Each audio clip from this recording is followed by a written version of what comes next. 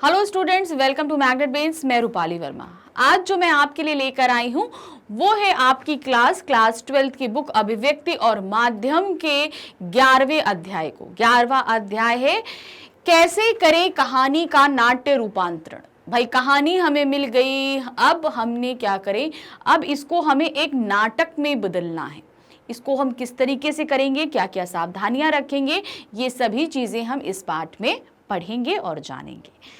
चलिए देखते हैं आगे, पाठ को शुरू करते हैं। कहानी और नाटक का संबंध।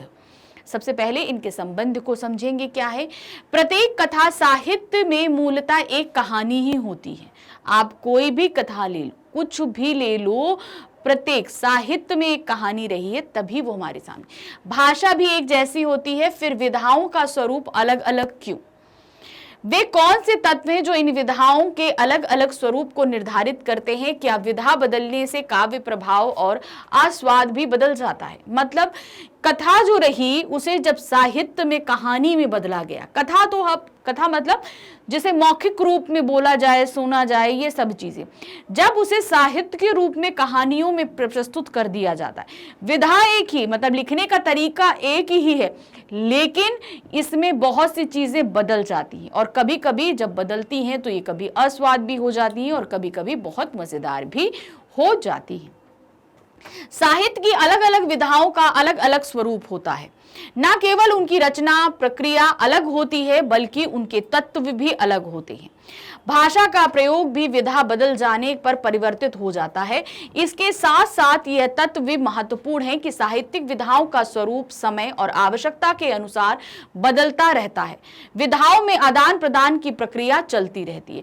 तो जो ये विधान है, जो विधाएं हैं हमारे सामने, इनमें आदान प्रदान होता रहता है। इसी तरह कहानी का नाटक में परिवर्तित हो जाना भी इन विधाओं का आपस में बदलन हो जाता है। अब जैसे कथा से हम पटकथा में लिख देते हैं, उपन्यास जो होते हैं उनसे एकांकी लिख देते हैं, कहानी से हम नाटक में बदल देते हैं। तो इस तरीके से क्या हुआ, विधाएं आपस में बदल रही हैं। कैसे बनाएं कहानी को नाटक? अब क्या है, कहानी का नाटक में रूपांतरण करने के लिए सबसे पहले कहानी और नाटक के वैधित्व का समानताओं को समझना आवश्यक है। यानी कि उनके अंदर क्या समानताएं होती हैं, पहले हमें इन्हें समझना है। कहानी में और नाटक में क्या समानताएं हैं, इसके लिए हमें नाटक की विशेषताओं को समझना है। जहां कहानी का संबंध लेखक और पाठक से जुड़ता है, वहीं नाटक लेखक, निर्देशक, पात्र, दर्शक, श्रोता एवं अन्य लोगों को एक दूसरे से जोड़ता है। तो कहानी जो होती है वो जो लिख रहा है उससे, और जो पाठक है जो पढ़ रहा है, सिर्फ दो लोग होते हैं उसमें। लेकिन जो नाटक होता है उसमें क्या है, जो लेखक है, दर्शक है, श्रोता है, पात्र हैं और आसपास के लोग हैं, बहुत सारे लोगों से जुड़ता है नाटक।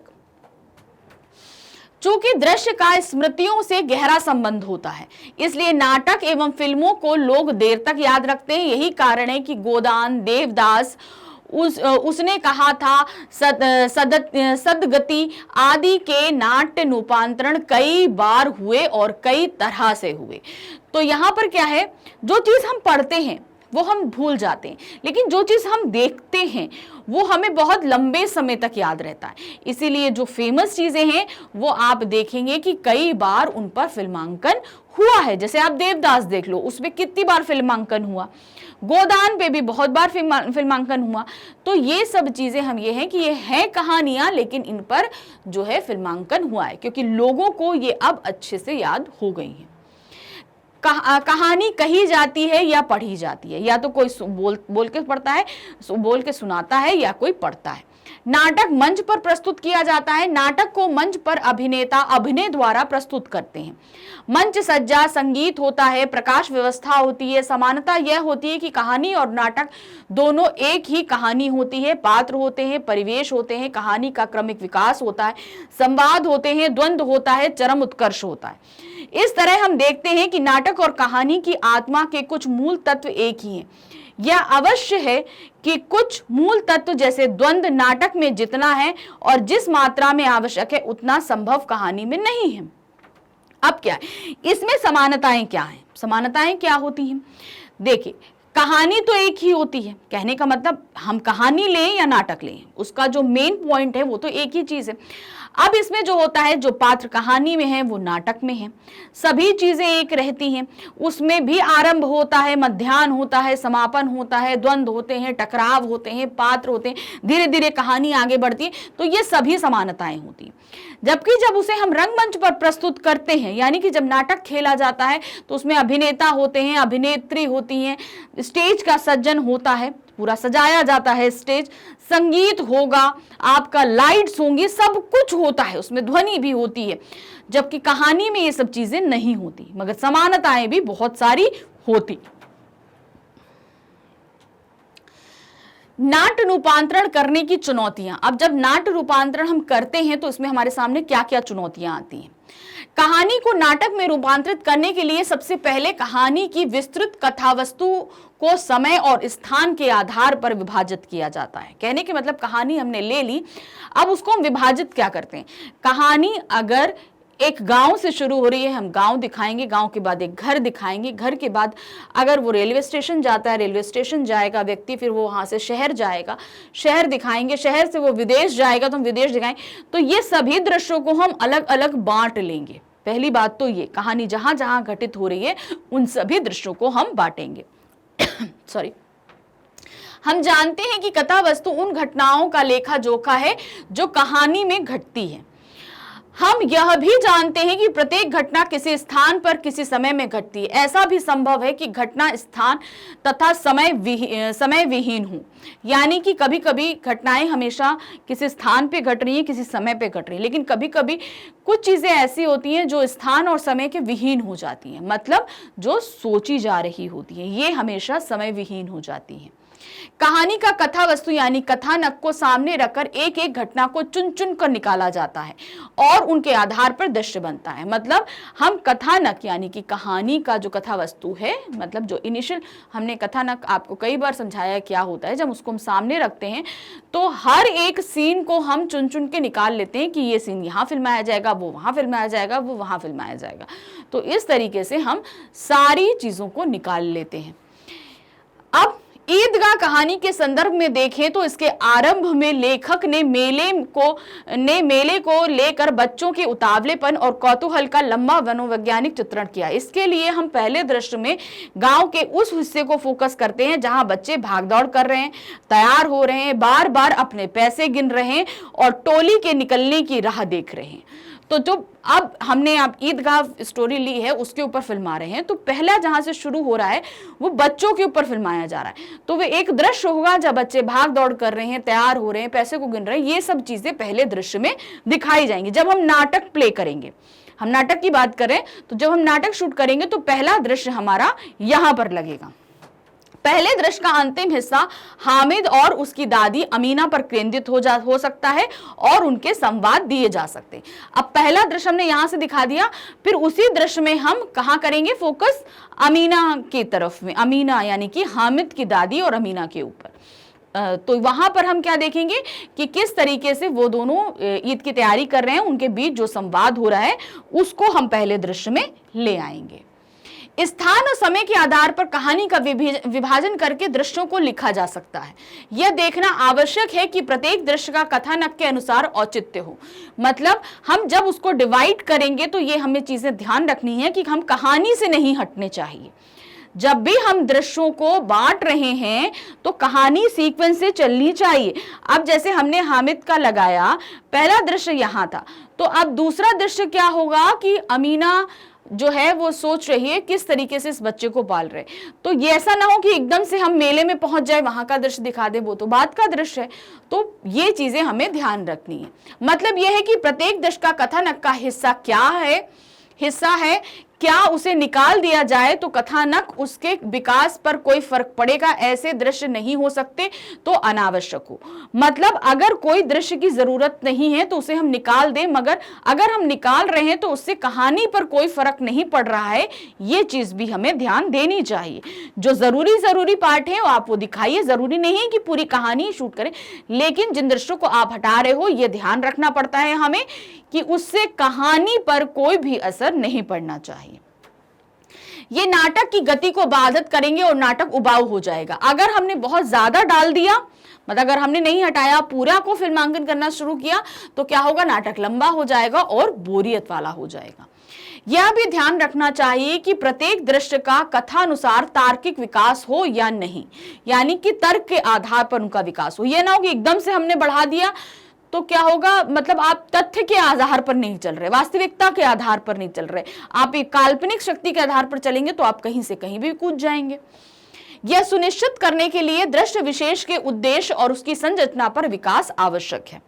प्रत्येक दृश्य एक बिंदु से प्रारंभ होता है, कथानुसार अपनी आवश्यकताएं पूरी करता है और उसका ऐसा अंत होता है जो उसे अगले दृश्य से जोड़ता है। मान लीजिए एक दृश्य अभी हमने शुरू किया, अब वो दृश्य जहां से शुरू हो रहा है कहां खत्म हो रहा है।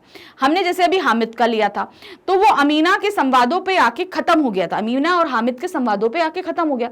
अब दूसरा दृश्य जब हम शुरू करेंगे तो हम कोशिश करेंगे कि फिर से हम अमीना और हामिद से ही शुरू करें, क्योंकि पहला जो हमने दृश्य जहां से खत्म किया था उसका कनेक्शन हमें दूसरे दृश्य के शुरुआत से रखना है, क्योंकि अगर ये कनेक्टिविटी टूटती है तो नाटक में एक तारमयता नहीं रह जाएगी और फिर नाटक जैसे अधूरा अधूरा सा लगेगा कि पहला दृश्य तो अभी अधूरा, तो समझ में नहीं आ रहा ये कहां से शुरू हो गया। तो ये कोशिश करिए कि जब भी हम पहला दृश्य कहीं अंत कर रहे हैं तो दूसरा दृश्य भी उन्हीं कैरेक्टर्स के साथ जगह से शुरू हो, ताकि लोगों को किसी तरीके की समझने में दिक्कत नहीं आए। इसलिए दृश्य का पूरा विवरण तैयार किया जाना चाहिए, मतलब दृश्य में क्या क्या घटेगा इसलिए विवरण पहले तैयार करना है। कहीं ऐसा ना हो कि दृश्य में कोई आवश्यक जानकारी छूट जाए या उसका क्रम बिगड़ जाए। इस प्रकार हम देखते हैं कि नाटक ही में ही नहीं बल्कि नाटक के प्रत्येक दृश्य में प्रारंभ, मध्य और अंत भी होता है। मतलब सिर्फ नाटक, पूरे नाटक में प्रारंभ, मध्य और अंत नहीं होता, हर दृश्य में ये चीज होता है। अगर आपने 5 दृश्य लगाए हैं तो 5 प्रारंभ होंगे, 5 मध्याह्न होंगे और 5 अंत होंगे। तो मतलब हर दृश्य का अपना प्रारंभ, अपना मध्य और अपना अंत होता है। एक ओर वह कथानक को आगे बढ़ाता है तो दूसरी ओर पात्रों और परिवेश को संवादों के माध्यम से स्थापित करता है। इसके साथ साथ दृश्य अगले दृश्य के लिए भूमिका भी तैयार करते हैं। तो पहला दृश्य क्या होता है, वो अगले दृश्य के लिए भूमिका पहले से तैयार कर देता है। ऐसा हो सकता है कि कुछ ऐसे दृश्य बनते हों जिनमें लेखक ने केवल विवरण दिया हो और उनमें कोई संवाद ना हो। ऐसे दृश्यों का भी पूरा खाका तैयार कर लेना चाहिए। यह अवश्य देखना चाहिए कि जानकारी, सूचनाएं और घटनाएं दोहराई ना जाए। कभी कभी ऐसा होता है कि लेखक कुछ ऐसी चीजों को लिखता है जिनमें कोई संवाद नहीं होता, मतलब बात नहीं होती, कहानी होती, तो उसको भी हमें सही तरीके से फिल्माना होता है। लेकिन यह भी ध्यान रखना है कि कोई भी आवश्यक चीजें नहीं छूटे। दृश्य निर्धारित करने के बाद दृश्यों को मूल कहानी को पढ़ने से यह अनुमान लग सकता है कि मूल कहानी में ऐसा क्या है जो दृश्यों में नहीं आया। मतलब जब हमने सब अलग अलग दृश्य तैयार कर लिए तो अब हमें मूल कहानी पढ़नी है और फिर नाटक की, जो हमने अभी नाटक लिखा है उसको पढ़ना है। तो इससे हमें पता चल जाएगा कि हमने कोई अहम चीज छोड़ी तो नहीं है। लेखक द्वारा परिवेश का विवरण या परिस्थितियों पर टिप्पणी प्रायः दृश्यों में नहीं ढल पाती। अब क्या होता है, परिवेश का विवरण या परिस्थितियां जो हैं वो लेखक नहीं लिख पाता, लेकिन नाटक में ये सारी चीजों का विवरण आ सकता है। उसने क्या पहना है, क्या चीजें, ये सारों का विवरण हम नाटक में दे सकते हैं। विभिन्न प्रकार के विवरणों को नाटक में स्थान देने के अलग अलग तरीके। उदाहरण के लिए विवरणात्मक टिप्पणी यदि परिवेश के बारे में है तो उसे मंच सज्जा के अंतर्गत लिया जा सकता है। मतलब पहनावे के बारे में अगर कोई चीज हम बताना चाहते हैं तो वो क्या होगा हमारा, जैसे हामिद और अमीना का घर है तो उसको हम क्या करेंगे, उसे हम स्टेज डेकोरेशन के अंतर्गत ले आएंगे, तो वो हमारा क्या हो जाएगा, वो एक तरीके से विवरण हो जाएगा। जो लेखक ने विवरण में, जैसे अमीना के घर के बारे में जो विवरण दिया है या हामिद के परिवेश के बारे में जो विवरण दिया है, तो क्या करेंगे हम, परिवेश हामिद को, लड़का जो हामिद का पात्र निभा रहा है उसे हम पहना देंगे, तो वो विवरण हट गया। फिर जो उसके घर का जो विवरण है वो हमने पीछे सेटअप बना दिया तो वो विवरण हट गया। तो इस तरीके से चीजें करनी पड़ती हैं। विवरण यदि पात्रों के बारे में है तो उन्हें संवादों के माध्यम से निर्धारित दृश्यों में उचित स्थान दिया जा सकता है। कहने का तात्पर्य यह है कि कहानी में व्यक्त महत्वपूर्ण सूत्र नाटक के स्वरूप के अनुसार अपनी जगह निर्धारित करते हैं। मतलब क्या है, कहानी में जो चीज जैसी लिखी गई है हम उसको वैसे करते हैं। मतलब अब मान लीजिए हामिद के बारे में कुछ बताना है तो हम पड़ोस के किसी दो लोगों के बीच के संवाद को बता देंगे कि वो आपस में बात कर रहे हैं हामिद के बारे में कि हामिद इतना छोटा है, कितना प्यारा है। तो ये चीज लेखक ने अगर उन्हें अपनी भाषा में लिखा है तो हम क्या करेंगे, पड़ोस के दो लोगों को वो संवाद दे देंगे। तो ये क्या होगा, आप लेखक की बात उस संवाद के माध्यम से नाटक में प्रदर्शित हो जाएगी। तो हर चीज को व्यक्त करने के अपने अपने तरीके होते हैं। दृश्य निर्धारित हो जाने पर यह अनुमान लगाया जा सकता है कि दृश्य की सभी आवश्यकताओं को पूरे करने वाले तथा दृश्य के क्रमिक विकास को सुनिश्चित करने के लिए पर्याप्त संवाद हैं या नहीं। यानी कि दृश्य हमने निर्धारित कर लिया, अब हमें यह देखना है कि हर दृश्य में पर्याप्त संवाद इकट्ठा है कि नहीं। अब किसी दृश्य में ज्यादा संवाद है, किसी में कम है, ऐसा नहीं करना, सब में संतुलित संवादों को रखना है।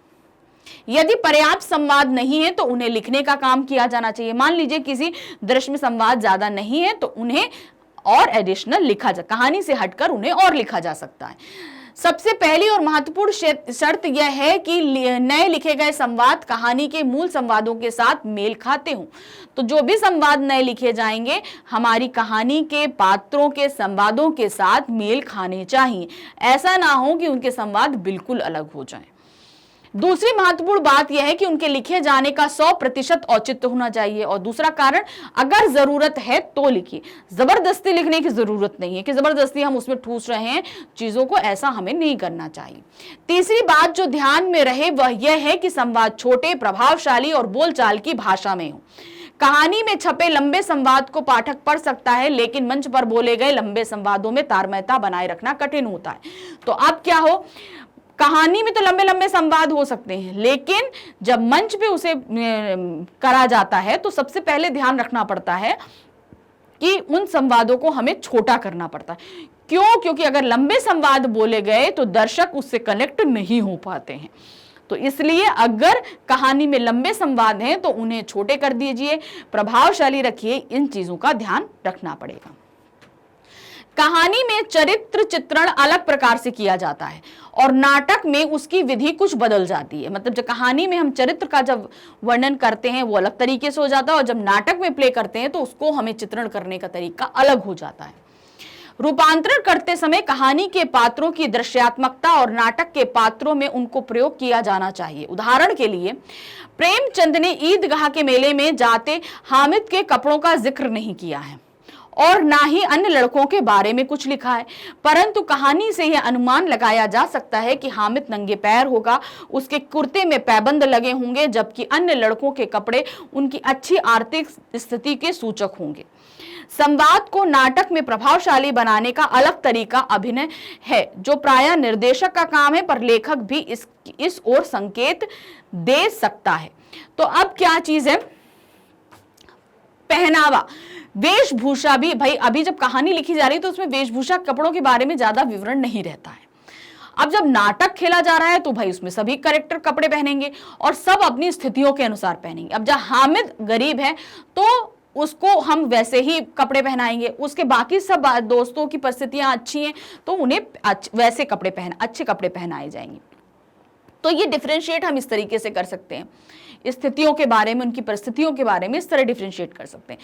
अब आता है जब ये सारी चीजें लिखी जा रही हैं तो निर्देशक का काम ही नहीं है कि ये सब चीजें करिए, लेखक भी इसमें बहुत सारे सुझाव दे सकता है जो कि नाटक लिख रहा है। पात्र की भाव भंगिमाओं और उसके तौर तरीकों से प्रभाव उत्पन्न किया जा सकता है। कहानी के लंबे संवादों को छोटा करके उन्हें अधिक नाटकीय बनाया जा सकता है। स्थानीय रंग में संवादों को रंग का चरित्र चित्रण में परिमार्जित किया जा सकता है। तो कहने का यह मतलब है जो पात्र हैं उनके हाव भाव जो कि कहानी में नहीं लिखे होते, मगर नाटकों में भाव भूमिकाओं के जरिए हम बहुत सी चीजों को व्यक्त कर सकते हैं। तो नाटक में बहुत सारी चीजें हमें खुले तौर पे मिलती हैं कि हम कहानी को में बहुत सारी चीजों को अपने तौर तरीकों से व्यक्त कर सकते हैं। ध्वनि और प्रकाश भी चरित्र चित्रण करने का संवेदनात्मक प्रभाव उत्पन्न करने में कारगर सिद्ध हो सकते हैं। प्रायः निर्देशक ही इस संबंध में निर्णय लेते हैं, पर लेखकों से सुझाव सदा स्वागत योग्य होते हैं। लेखक को यदि इन संभावनाओं की जानकारी है तो उसके अंदर आत्मविश्वास पैदा होता है और रूपांतरण का कार्य संतोषजनक हो जाता है। मतलब अगर संवेदनाएं हैं, फीलिंग्स हैं, उनको हम लाइटिंग के थ्रू या ध्वनि के थ्रू कर सकते हैं। मतलब अगर दुख है तो लाइटिंग डार्क हो जाएगी, खुश हैं तो रंग बिरंगी हो जाएगी या लाइटिंग ब्राइट हो जाएगी।